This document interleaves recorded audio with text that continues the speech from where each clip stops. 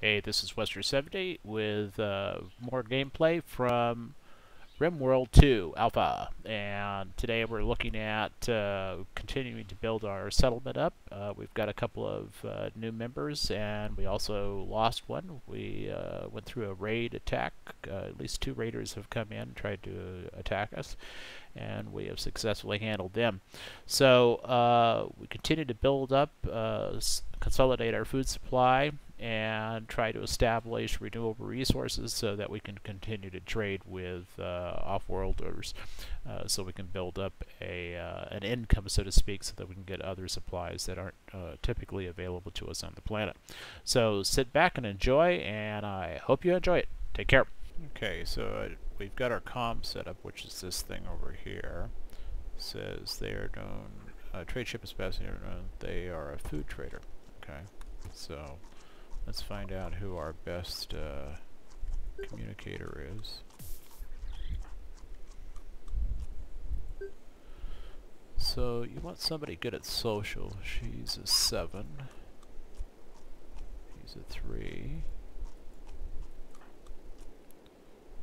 He's 0. 6. Okay, Wonka's is the one that's going to do it. So have him. That's that page haircut that gets me every time.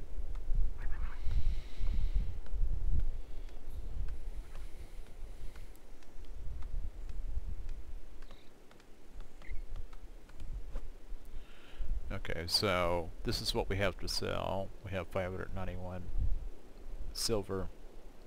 We have 75 wood, 59 food, and they have no people to sell. So the only thing they have really to buy is the berries. So we don't really need anything. Okay, so one of the things we want to do is we also want to set up mining. So what you do is you go to the orders menu and hit the pick, and that's how you set up mining. So they can start consolidating raw materials.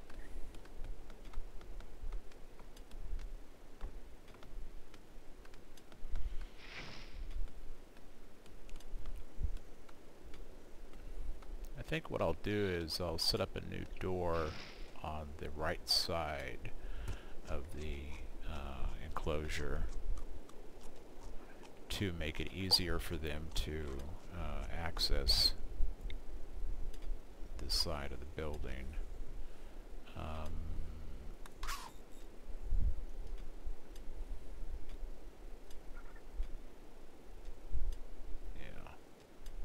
And we'll create another table.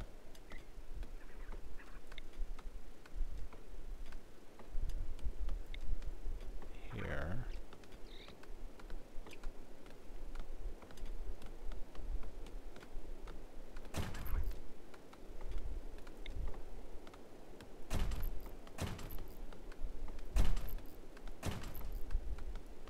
That way we'll consolidate our cooking area and the eating area.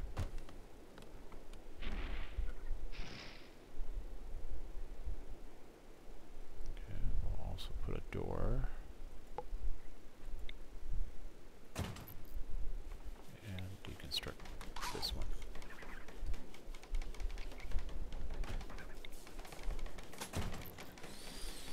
Okay. As you can see, our eating area is getting smaller, so we're going to enlarge that. And we're not going to enlarge that because that ground's not terribly good.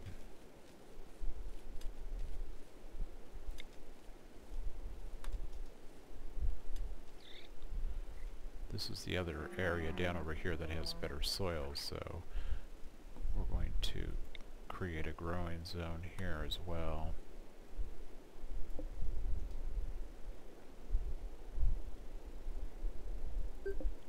And with growing, it has its own tab, and you can grow different things here. So we're going to try strawberries.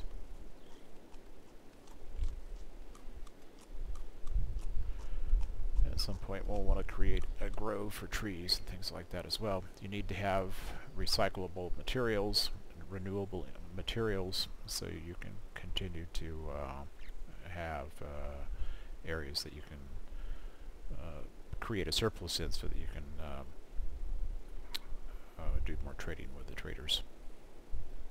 Well, it's getting interesting now because now we have another guy that's dropped in on us. There must be a lot of asteroids up there that's knocking them out of the sky or something. So, but anyway, I see that's the challenge of this game, is constantly having new people coming into your colony. So that's okay. All right. One of our prisoners escaped and now has been killed as a result of that. Interesting. So, pressing R is how you gain immediate control over particular players. At least that's the default. You know, whatever you guys decide how you want to do it, that's cool. But that's how it works.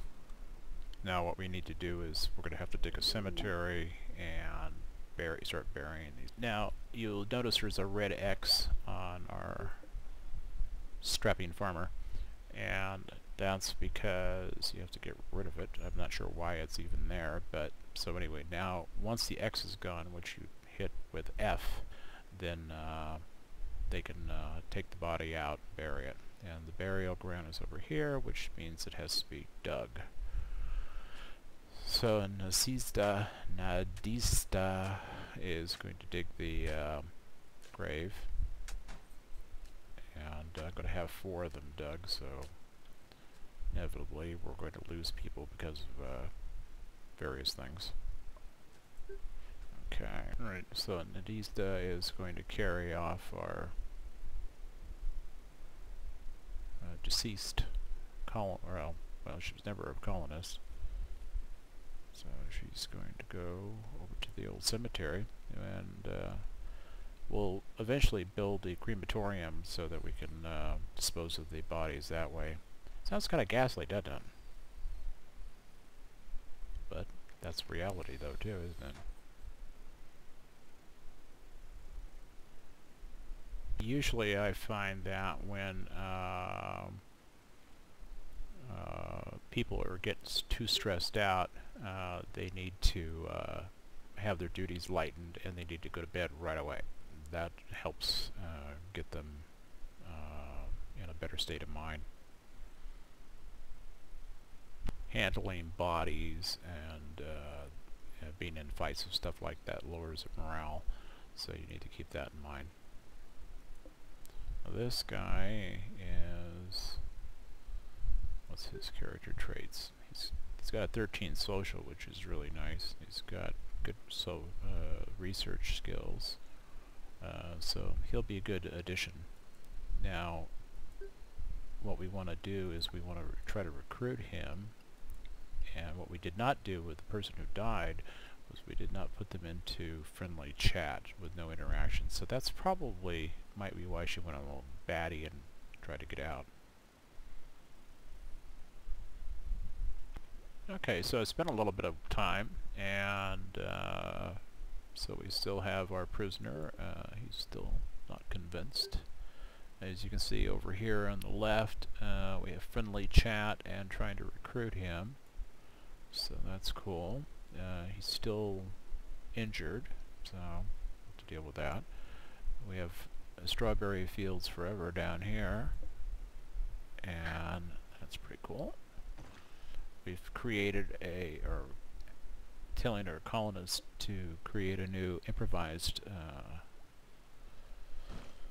turret over there, so that we'll have some additional security when the pirates actually do come. So, so far we're in pretty good shape. One of the things we want to do is let's get a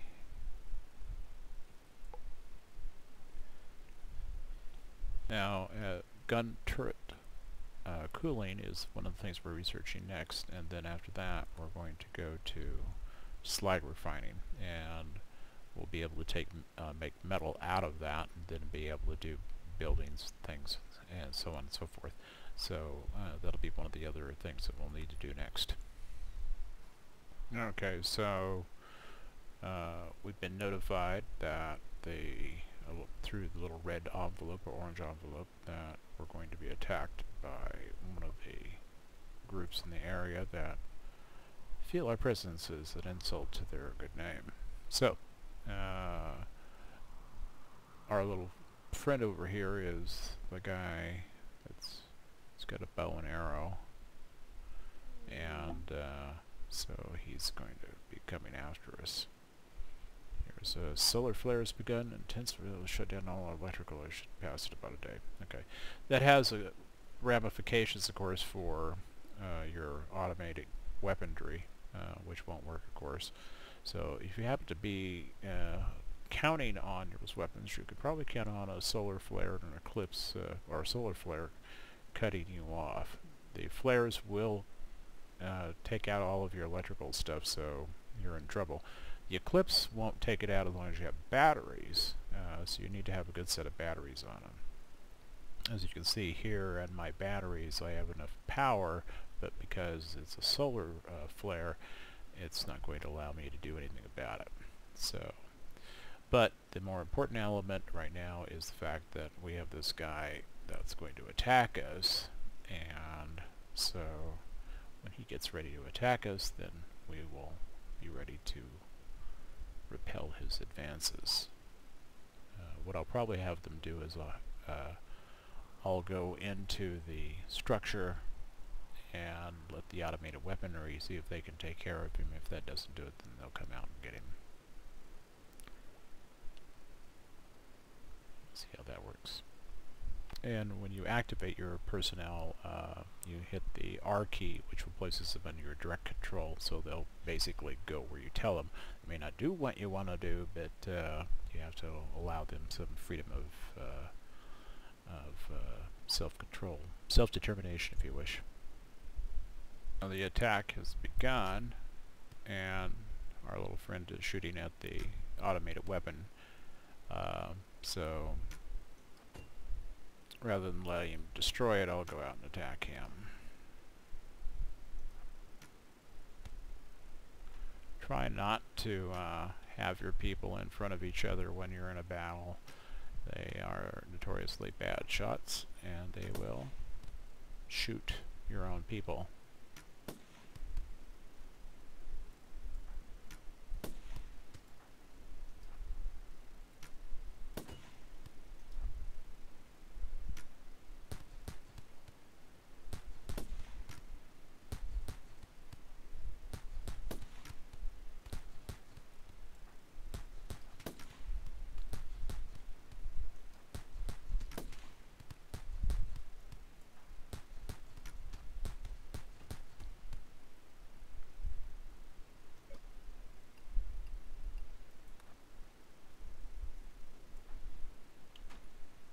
Alright, so we're going to take him prisoner, and let's see if he'll become a colonist for us. It's a slave ship that's passing by, and we could sell this character, because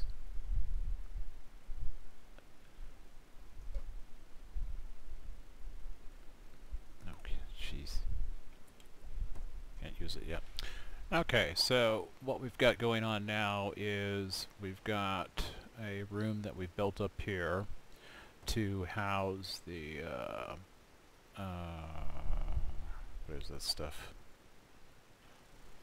So we've got a this room is set up for the hydroponic gardens that we're going to set up in this area. We've rearranged the rooms. We've increased the common room with the food preparation area and everything to accommodate the nutrient paste dispenser, which is sort of like an emergency food. This is the hopper over here that would be for the the dispenser.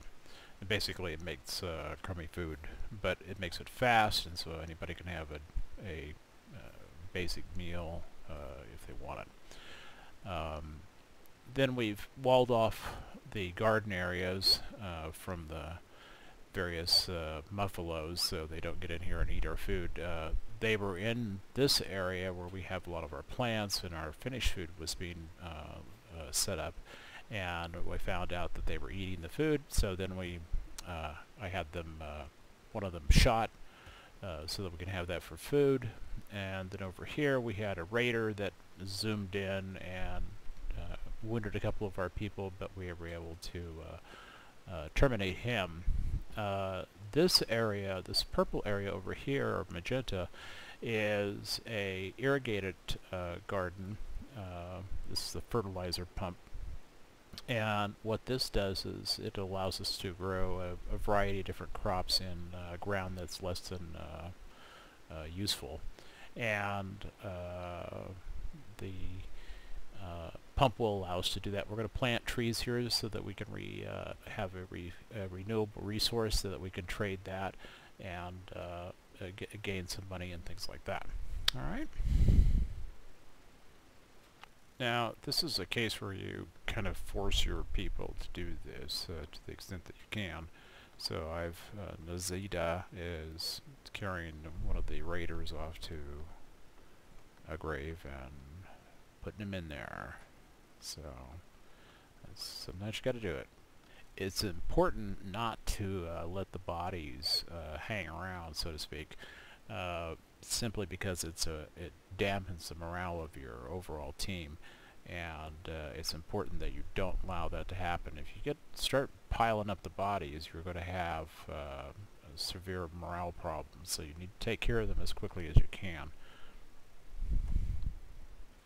On that cheerful note, I think we'll stop the recording at this point, and hope you enjoyed it, and if you did, show a like and subscribe if you'd like, and we'll see you on the next episode. Thanks.